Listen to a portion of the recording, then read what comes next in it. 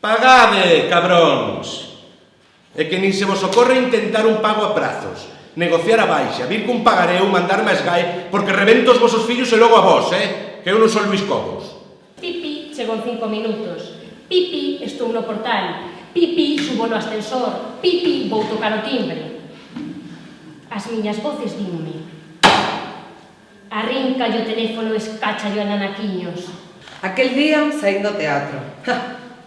Cando digo teatro, refírome ao auditorio municipal. Ai, se Gustavo Freire levantase a cabeza. Volví a metela na terra coa boca e os ollos abertos.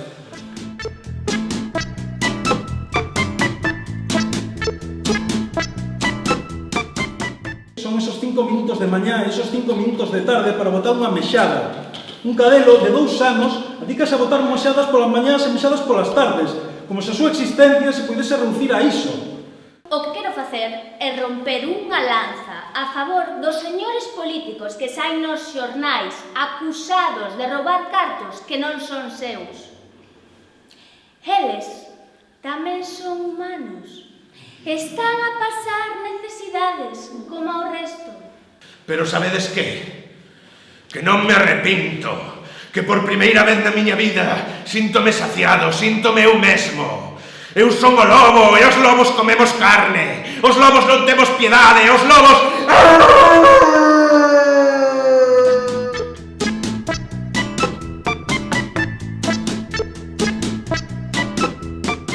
E non teñen 5 anos, non. Non teñen 5 anos.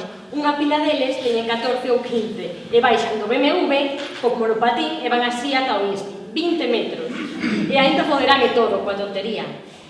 Corvos, ratas, pedídeme que me corte un brazo, pero a vida deste pequeno.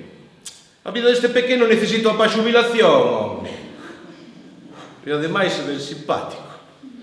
Que é unha vergoña, é unha ruindade negarlle o dereito a expresarse libremente na súa lingua materna a unha persoa. E ese dereito négase cando a unha persoa non é capaz de venderlle uns pantalóns en galego. O que? Non ameazas con partirme os dentes, non! Ameazas con empalarme! Será por algo! Porque os dentes xa os partiches, princesiña.